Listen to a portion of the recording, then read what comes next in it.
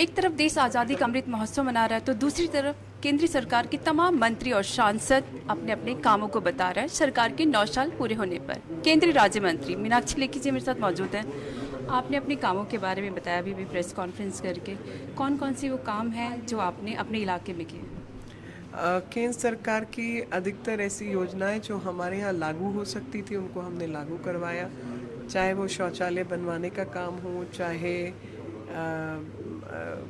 Corona के दौरान हर घर राशन पहुंचाने की बात हो, चाहे स्वच्छ भारत के आधार पर शौचालय बनवाने का काम हो। अभी केंद्र की जैसे स्वनिधि योजना है, जनधन के खाते खोलने की बात थी, सुरक्षा बीमा योजना है, प्रधानमंत्री रिलीफ फंड के माध्यम से हमने तकरीबन 7 करोड़ के आसपास का पैसा जो है वो लोगों को उससे लाभ पहुंचाने का काम किया। दिव्यांगों को आर्टिफिशियल लिम्स आदि पहुंचाने का काम 5,000 के आसपास हमारी संख्या है। तो इस प्रकार के जो भी जिसके काम रहते हैं वो हमने अपने क्षेत्र में किए हैं। और एमपी लाइट के माध्यम से 400 से ऊपर, और देश का पहला ओपन जिम जो है वो मेरे क्षेत्र में लगा। 10 मंदिरों के अंदर फूल से खाद बनाने का कार्यक्रम जो है वो चलाया। कई बहुत सारे इस प्रकार के लाइब्रेरी बनाने का काम किया। तो ऐसे बहुत सारे कार्य हैं जो हमने अपने क्षेत्र में किए हैं। यहाँ पर आम आदमी पार्टी की सरकार है दिल्ली में, किन किन चुनौतियों का सामना करना पड़ा जब आपने ये सारे काम किए थे? परमिशन से लेकर बोर्ड हटाने का काम, इनॉग्रेशन कर देने का काम, इनॉग्रेशन के बाद पत्थर तोड़ने का काम नहीं करने का काम, ऐसी तमाम चीज़ें जो है वो चैलेंज होती हैं अगर आप अपने क्षेत्र में काम करते हैं। और यहाँ तक कि सिस्टम के मतलब, पर ठीक है, इट्स पार्ट ऑफ पॉलिटिक्स, कोई फर्क नहीं। आप मंत्री हैं, सांसद हैं, बहुत सारी महिलाओं के लिए मोटिवेशन भी हैं। उन तमाम महिलाओं के लिए आपने क्या काम किया जो आपके पास आती थी अपना दुख लेकर, अपने कामों को लेकर, उनको अपने क्षेत्र में आपने किस तरह से ब्रीफ किया? मैं आपको 2-3 उदाहरण देना चाहती हूँ। कई बार हमारे पास बहुत सारी विकलांग महिलाएं, दिव्यांग महिलाएं आई जिनको पेंशन योजना चाहिए थी। हमने उनको सर्टिफाई करके, हम कभी मना नहीं करती, मैं कागज़ सर्टिफाई करके हमने दे दिया, पर उनको आज तक उनकी दिव्यांग की पेंशन नहीं मिली। वृद्ध महिलाएं, विधवा महिलाएं, उनको अपनी पेंशन जो मिलती है, जो सरकारी केंद्र सरकार की योजना है, सोशल वेलफेयर मंत्रालय की, वो तक नहीं बांटी गई। तो कई इस प्रकार की समस्याएं जो है वो क्षेत्र में आती रहीं, मगर हमसे जो बन पाया हमने करने का प्रयास किया, उनके कागज़ आगे भेजने का काम किया, सैनिटरी पैड बांटने का काम किया, गैस चूल्हा चाहिए था तो वो पहुंचाने का काम किया। प्रधानमंत्री, उनको अगर घर में कोई तकलीफ़ थी तो प्रधानमंत्री रिलीफ फंड के तहत, क्योंकि आयुष्मान भारत दिल्ली में लागू नहीं होती, तो प्रधानमंत्री रिलीफ फंड के तहत उनके जो इलाज है उसमें कुछ उनको राहत मिल जाए, उस पर काम हो जाए, वो काम किए।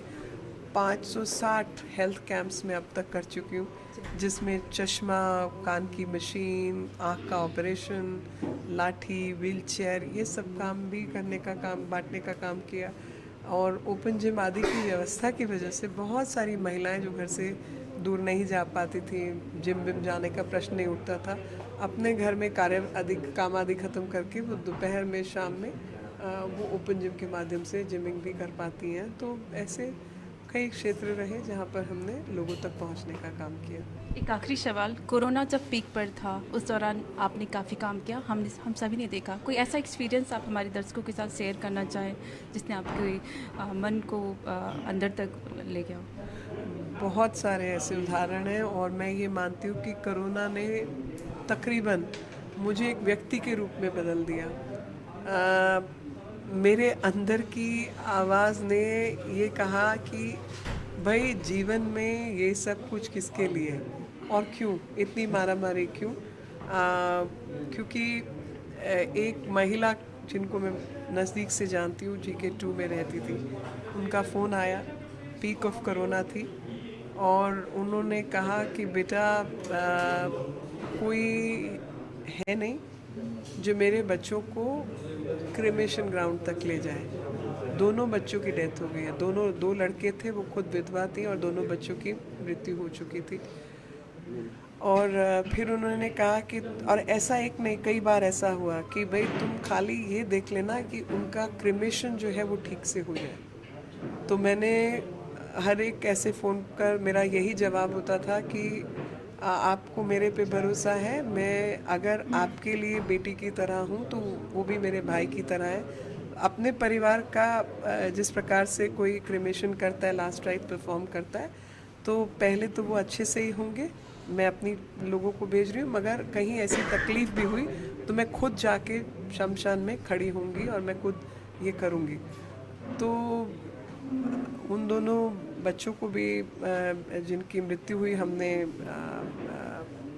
शमशान घाट ले गए उनका, क्योंकि शमशान घाट भी निर्धारित थे, बॉडी कौन उठाएगा, कैसे लेके जाएंगे, उस सब के बीच में वो लास्ट राइट्स हमने कई लोगों को क्रिमेट किया।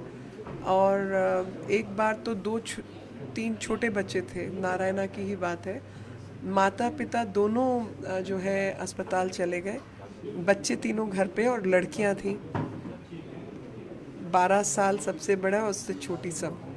और उन बच्चों को तकलीफ़ में देखकर आप समझ सकते हैं, कोई खाना पकाने वाला नहीं, कोई खाना पहुंचाने वाला नहीं, और पिता की मृत्यु हो गई अस्पताल में, माँ खुद कोरोना में।